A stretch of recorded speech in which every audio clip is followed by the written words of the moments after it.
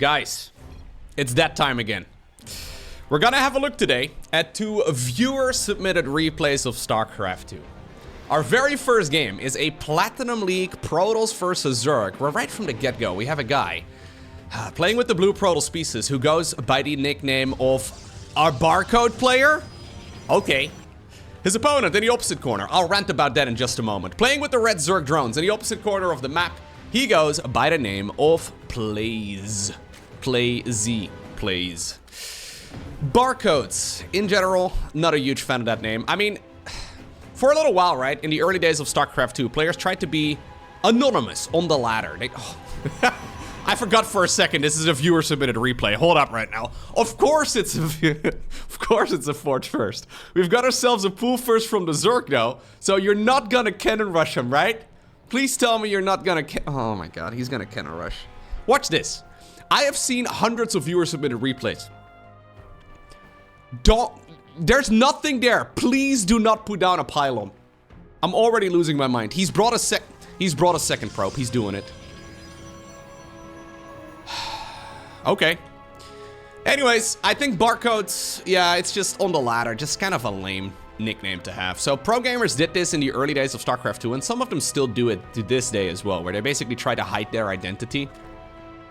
So if you're playing against the same players over and over and over again, I guess it makes some sense to try and hide your ID, but players will figure it out anyways. Anyhow, apparently Mr. Barcode here in Platinum League also very scared of somebody stealing this absolutely atrocious cannon rush. You know what? There's only 2 Zerglings. It's going to work. That natural expansion is still dead. The second Overlord normally goes to the natural expansion of the Zerg, but since he decided to send it straight across, this is the first time that he finds... No, don't okay, at least don't sacrifice the Zerglings. Since he didn't send the Overlord to scout for proxies, and he just sent it straight in the same direction as the first Overlord, not really scouting or adding anything to the already existing scouting path, it still worked. Yeah, so you know what? This explains why he's playing under a barcode nickname. Absolutely. Now, if you have an awesome game of StarCraft 2 as well that you've recently played, you can submit it to replays at LowkoTV. Just attach the .sc2 replay file to the email, and maybe I'll be casting your game in the future. Although, to be fair, over the last couple of months, whenever I cast any viewer games, it's not really me casting the game so much. It's more me making fun. Oh, God. Please don't tell me you're gonna lose these Overlords to a photon cannon. If you lose one Overlord, I'm gonna cry.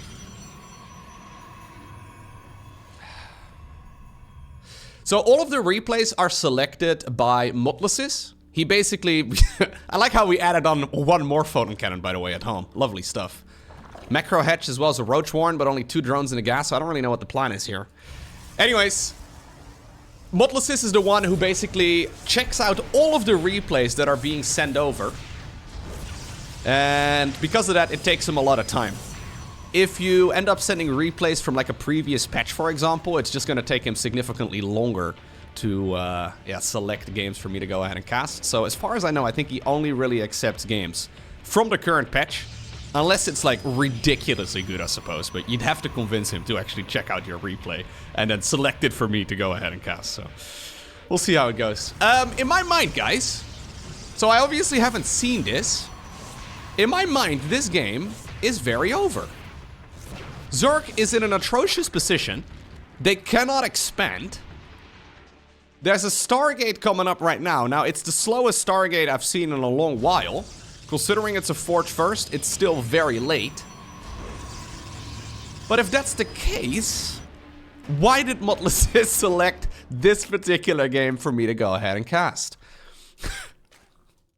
Recently, I've noticed a bit of a theme in the games that he's selected for me, right? I would not be surprised if somehow, some way, the Protoss player throws it. I would love to see this Protoss player who blindly opened up with a cannon rush. He goes for a Void Ray, because of course he goes for a Void Ray. I would kind of love to see this guy lose it. Yeah, maybe that's a bit toxic. Maybe that's a little mean. But a barcode Protoss player who's blindly cannon rushing players that go for a pool first, it just hurts me as a Zerg player who's trying not to be biased. Now, I just don't see how Zerk here is ever going to shut down any sort of Tempest play.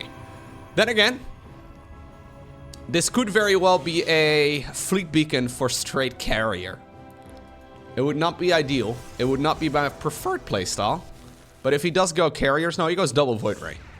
Okay, let me just take a second here to quickly turn on the health bars, because I just realized that those are off. All right, there we go. I think he is... Did he just get the fleet beacon here to go... Okay, we're using transfusion at least. To go for what? The Void Ray speed upgrade? I don't know. We just made a fleet beacon, I guess. No expansion or anything along those lines here yet for... Okay, no, it is going to be Tempest. So here's the problem for PlayZ. Once enough Tempest are out, and I think the number is 5, anything that the Zerg produces can be one-shot, with the exception of maybe like a fully upgraded Ultralisk or something like that. But I would be very surprised if PlayZ here ends up going for any sort of... It just doesn't make any sense. So as soon as Protoss goes up to about 5 Tempest, he can point his carriers at any Zerg unit and just pop them. I'm glad to see that this is not a decorative fleet beacon though, considering it's a very expensive structure. Now this is still very slow. Does he have enough to break out of this? Okay, we're prioritizing the one creep tumor. You love to see it. A couple of photon cannons coming down as well. We should probably be using these Protoss units defensively rather than killing creep tumors and pushing the queens back. But yeah, this is still very rough right here for the Zerg. Then again though, it's not like Protoss has got that big of an economy either. So good attempt here by PlayZ. What he really needs when you see this Tempest production is a Spire. There's really no way that he's going to be able to deal with this with queens alone. Or at least there should never be a way. Look at that micro. Nicely done.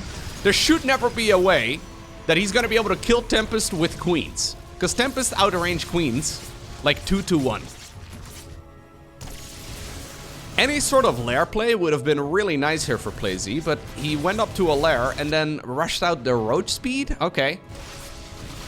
I feel like a Spire would have been good. A Nidus network would have been good.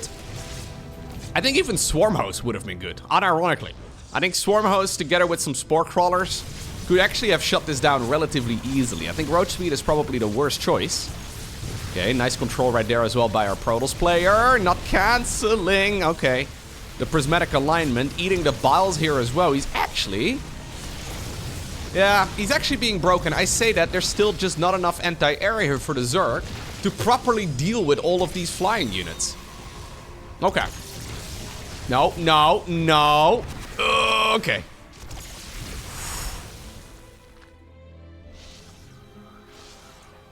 Up to this point, Protoss only really losing one Stalker. Yeah.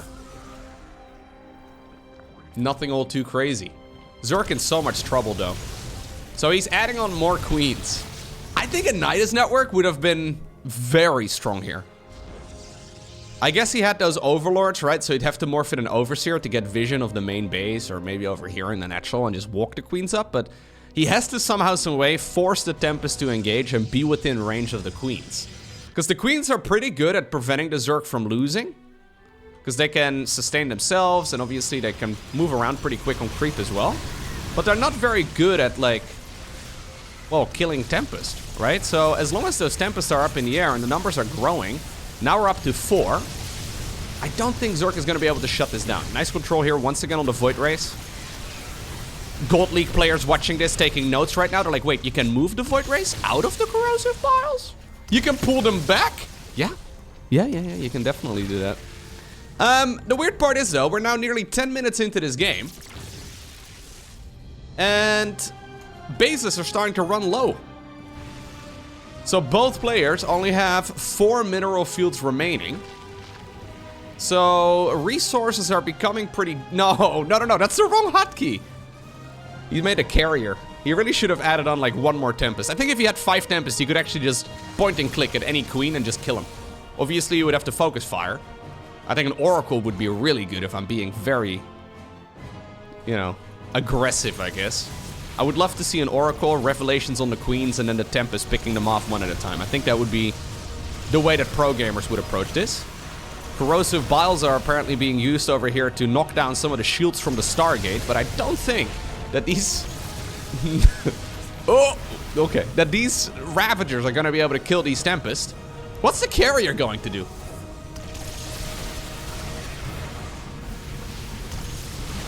I guess a little bit of supplemental damage. Yep, so there's Tempest number 5. We've got our... Zerk is still super dead.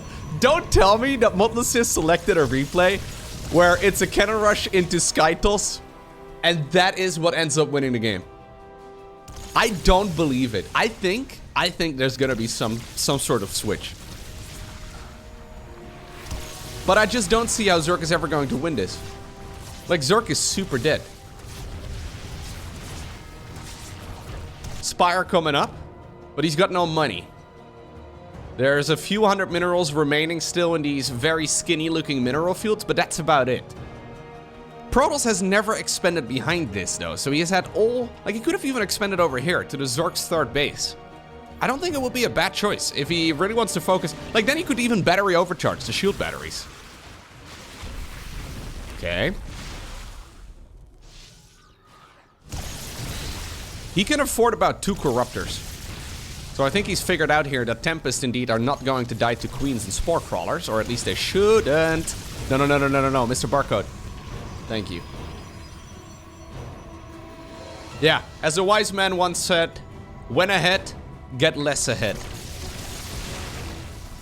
It's a beautiful saying. I highly recommend trying to fall behind when you're ahead in a game of StarCraft. So Barcode here created a beautiful opportunity for himself to be very far ahead in the game, and I still think he is significantly ahead in the game, but not as far as he should have been. Okay, here go the Ravagers once again. We still have that... we still have the 1 Interceptor at a time flying around. Okay, Pylon may just get killed. Stargate itself is gonna get targeted. Okay. Well, we don't have any additional production, but we do have a lot of money in the bank. So I would love to see an expansion over here and a bunch of Stargates. 1 Corruptor is coming up.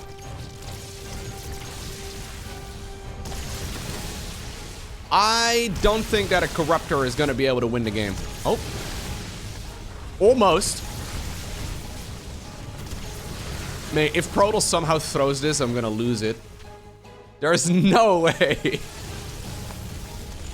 I can kind of feel it coming. I can kind of feel that. I don't even see how he could throw it. Like, I feel like he would actively have to try. How could Protoss lose this game? Let's come up with ways. Oh, well, that's one way. He loses a Void Ray right there to units that don't shoot up. Not quite ideal. But still, he has done so much damage now. Cost efficiency heavily in favor of the Protoss. Zerk is running out of money inside of the main base. Okay, we lose another one of those Void Rays, but it's fair enough. We're still up to 5 Tempest. And we have a couple more Corruptors coming right now. Okay, one of the Tempest goes down. Or sorry, one of the Corruptors there goes down. I think it was Corruptor, yeah.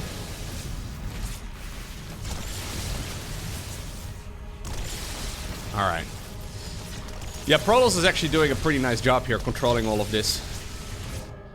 Zerk could, by the way, just run around and maybe put on some pressure on the other side of the map with the Roach Ravager, but I guess he is busy microing over here. God, losing a carrier to Corrosive Biles would be really rough. Okay, well. We're still looking at... He's never rebuilt anything. It's a bit funky. I don't really know exactly what the Barcode player here was thinking. Ever since really minute 1, I'm not sure what he was been thinking, but he has never, like, he's clearly got some decent control, but he's never rebuilt anything. Protoss is still on 1 base. Ever since losing that Stargate, he has not produced anything. So he's essentially turned this into a MOBA, where he's just controlling 1 unit. That's the end of the lair. Zerk does not have any money anymore to rebuild anything. He does not have 300 minerals to remake a hatchery, so there's no way for him to get any more additional resources throughout this game. Protoss finally makes something new. Corruptors are starting to break through some of the Tempest. No. No. Protoss, what are you doing? How are you sitting at 3,500 resources? Oh god. Oh god. Oh god. Oh god. Combat drones have been pulled away from the mineral line. They're going after shield batteries. What, you run out of Marines? I guess these drones don't really talk. Still, now finally we have some production again. Photon cannons are coming up. Protoss realize, wait a second, I've got a lot of money. I quite like the one Stalker over here. Although the Corruptors have decided to sacrifice themselves in killing one pylon. It is gonna shut down most of this for at least a moment. But... oh, actually. Oh, these are all pylon... no, this is a pylon over here. These are photon cannons. That's another pylon too. The combat drones in the meantime. Don't tell me somehow, some way Zerg ends up winning this game. So Zerg has got no money. This is it. As a matter of fact, about half of these structures are gonna bleed out as soon as they're off creep. At least the extractor one, so that's nice. Okay, a lot of photon cannons here. Look at the drones valiantly sacrificing themselves for the greater good. Corruptors using their caustic spray ability to shut down another one of the... Here's Branda and Karen holding hands. They've got hands at the back of their bodies, don't judge. Oh. Bile? Get the photon cannon, dude. Okay, he wants to back up. Maybe try and transfuse and then realize, wait a second, they've removed that ability. Okay, we're gonna start biling down. Oh, don't bile your own units. The pylon. I think Protoss is dead. Oh, Lord. Okay. How did you... so he just spent all his money on infrastructure. So he built a lot of structures and he built a lot of stuff. But now he's got no money to warp in units. Do you think Protoss is gonna leave with a GG?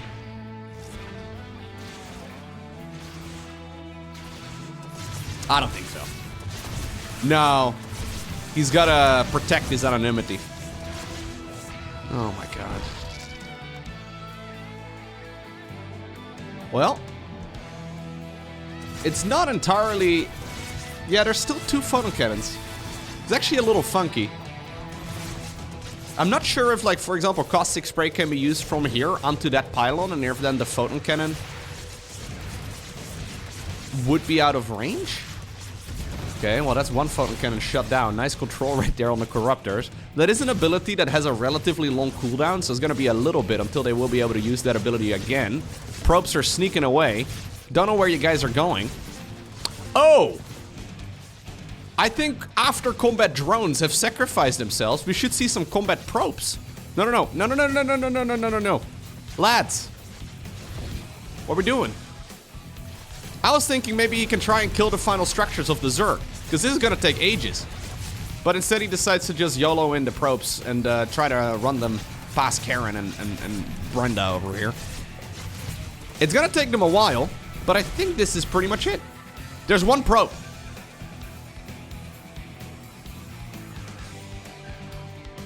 The Ravager is also not entirely convinced that everything here is okay. So wait, let me get this straight. The only reason Zerg wins is because Protoss decided, nah, I don't want to build anything. I want to go ahead and sit on my hands for the rest of the game. That's the reason why Zerg wins. Here's the probe. Probius himself. Oh! Keep in mind that the win condition in a game of StarCraft 2 is to kill all of your opponent's structures. Now, I believe in the power of Probius. Honestly, if Probius had a couple friends, if those 4 probes I had highlighted earlier actually went straight across the map. Look at him microing his heart out. Caustic spraying and pulling... I actually wonder what would have happened if those probes went straight across the map. So at this point, these are the only two structures, because the rest of the structures were like right over here, and they've bled out because they weren't on creep. I guess the Spore Crawler also. Yeah, the Spore Crawler is actually quite good. Bring that one across the map. Okay, well, or just anywhere else, I suppose. Yep, that's it. That's it. That's it. GG. Oh, he does GG. Well, out of all the things I never expected, that's one of them. All right, another one. A Platinum League game of Protoss versus Terran. Spawning right here in the top left-hand corner. Playing with the red Protoss pieces, we have Noborn. The opponent, all the way in the opposite corner, he goes by the name of B Connoisseur. Oh, it's BC Connoisseur? As in Battle Cruiser Enjoyer? With a ghost portrait, though, spinning around on the main command center. Okay. Fair enough. Same map. We're once again on Golden Aura. A man of culture. Yeah, absolutely. We're already off to a flying start. I'm not sure exactly what this pylon is achieving by being positioned over here, but you know what? I shouldn't be critical, because at least it's a gateway first. It's kind of insane the amount of min-maxing that has been figured out over the years, right, at the professional level, because those guys are very particular with everything. I think Noborn just started playing StarCraft 2 as a Terran player, and he figured, you know what? Supply depot, that's basically the pylon. Barracks, that's basically the gateway. So I'll be putting it right next to each other and pretend that I can lower the pylon somehow. Little does he know, Protoss players have never figured out, or Protoss in general has never figured out the technology of the door. Yeah, it's insane. No door. No door in the Protoss world.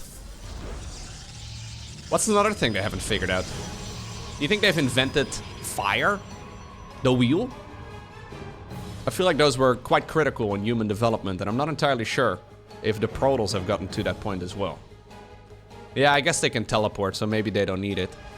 But then again, another thing they can also do is all army hotkey and then pull the unit that is on hold position over here away, which I see happen all the time, even at the professional level.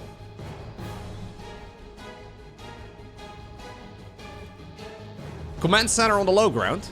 Looks like we've got ourselves a fast expend as well for Protoss. Never mind.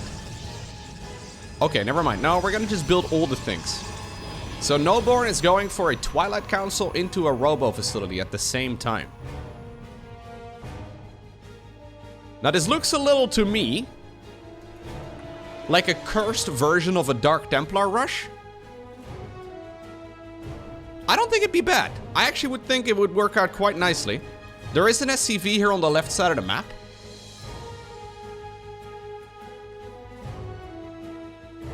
Okay. Probius does not care. Never mind, Probius does care. He's on an attack path now. He's just a little slow. It's okay. It's okay. He's just a little slower than his friends. It's alright, we still love him. It is a Dark Templar rush. So, Dark Shrine going up inside of the main base. And this is unscouted. However, the B Connoisseur, the Battlecruiser man, has seen that there is a very quick Twilight Council. And what exactly are the options? Well, technically speaking, there's like 5 options. Realistically speaking, at the pro level, it would only ever be Blink Stalker. But obviously, this is not the pro level. It's a lot of gateways on one base. Okay, yeah, we're really just doing a full-on Dark Templar rush. Honestly, this is not terrible, it's just suboptimal, you know? It's one of those things where, like, it works really well when you're going up against players that also play suboptimally, but if you were to refine it, you could probably do the same attack and hit like 30 seconds earlier.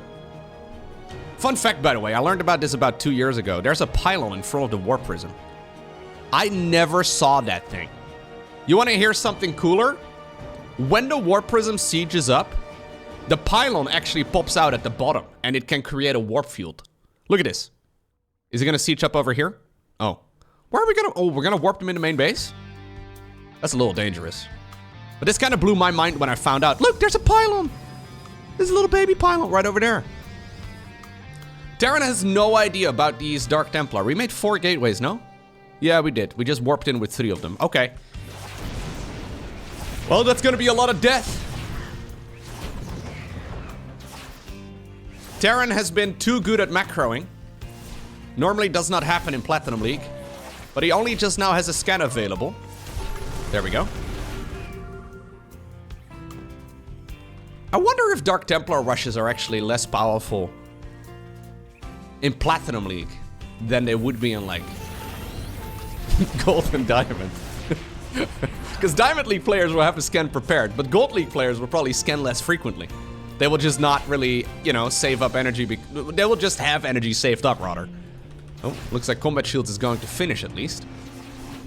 This may be the one league where DT rushes are not quite as great. This is super painful, though, because Terran is losing everything. Battlecruiser Connoisseur going straight across the map, it looks like, with all of the leftover units. He's decided to evacuate the main base entirely. Noborn goes for a warp-in the main base, too. The problem is, Dark Templar are not just good offensively. Obviously, you can just warp them in defensively, too. And at this point, I'm getting deja vu to our previous game. At this point, Protoss has won. Right? There is no way that Protoss loses this game. Right? He's got 2 scans available, I guess. Well, 1 right now. 2 in like 10 seconds. Oh no, please warp in a Dark Templar. Why? We have warp-ins available. We have warp-ins. You haven't made anything for like 2 minutes.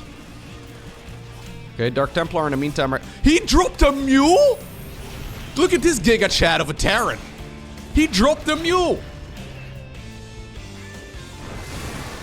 Why did he drop a mule? Why did he not finish off the Dark Shrine? Just killing the pylon doesn't do anything. B Connoisseur laughs in the face of danger. He's been flying his command centers around the map. This one, I guess, is headed up north. There's one over at the 6 o'clock position. Probes do end up finding it over here. Looks like the Zealots are taking a little bit of a lunch break. That's okay. They're having a good time. There is a Dark Templar in the main base right now, but even this lad over here just killed like 5 Marines. Can we warp in one more? Oh, no, we don't need to. This is one of the original gangsters over here. 13 kills. He's dead now. Or maybe he got warped back home. I don't really know how Protoss technology works. We still have 1 DT, that's it. Don't lose your command center. Well, it's burning now. Unless you want to risk a mule. Oh yeah, no. The guy does risk a mule, but they're up north. We're not even going to save this orbital command. That's a little sad, really. Nexus gets rebuilt here at the bottom of the map, so Noborn has decided that he's giving up on the main base entirely. Somehow, some way, these 4 Marines and 2 Marauders have stayed alive during all of this. They have fought many heroes with capes. And they laugh in the face of danger. There's 1 missile turret. Alright. Jimmy needed detection over here. Ah. It was an ambitious plan. It did not work. Reactor coming up north. Okay, so we're 8 minutes in. Repair! Please! You guys have become neighbors. Yo, Steve. Steve the SCV, go! Right click it! You've got this command center selected, mate. Go! Okay, okay. Looks like Steve woke up. Jeez Louise. Okay. Base in the main goes down. Oh, well. What? The Zealot saw a little critter. He was excited. He got distracted. It's okay. He saw a butterfly, chat. You can't blame him. He got distracted. It's okay. Reminds me of my cat sometimes. Sometimes they can be really hungry until they suddenly see something. And then they have to look out of the window.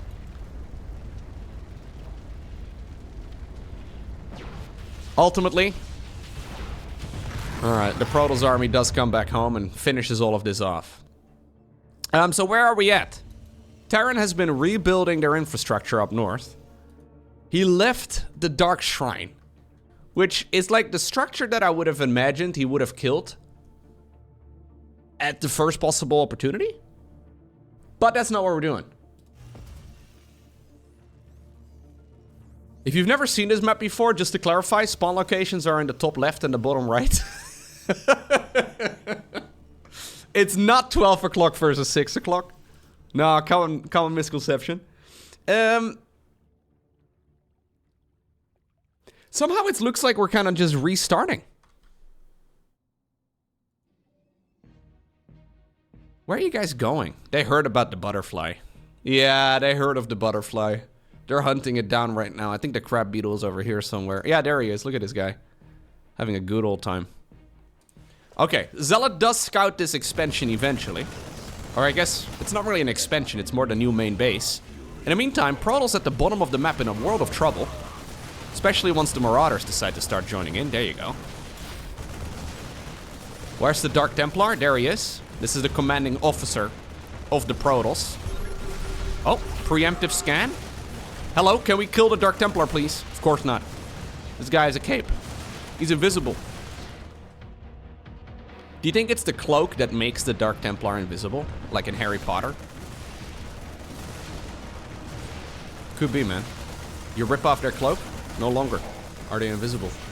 There's no detection available at the moment. Plus, those Zealots are going to do a good enough job as well. He's decided to go for another engineering bay at home. Oh, well, that was a brutal death right there. My favorite death animation of Marauders. Okay, Protoss stabilizes. Terran at this point, though, has got a lot more supply.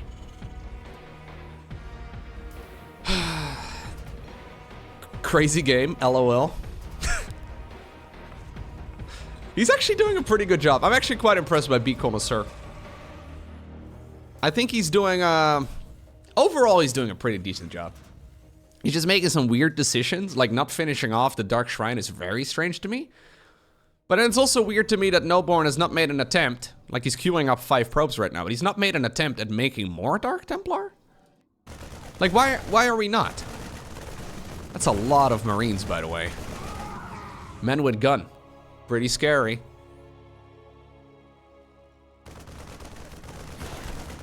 Yeah, but he could just make a pylon and then, like, there's nothing that prevents him from going back to the old main.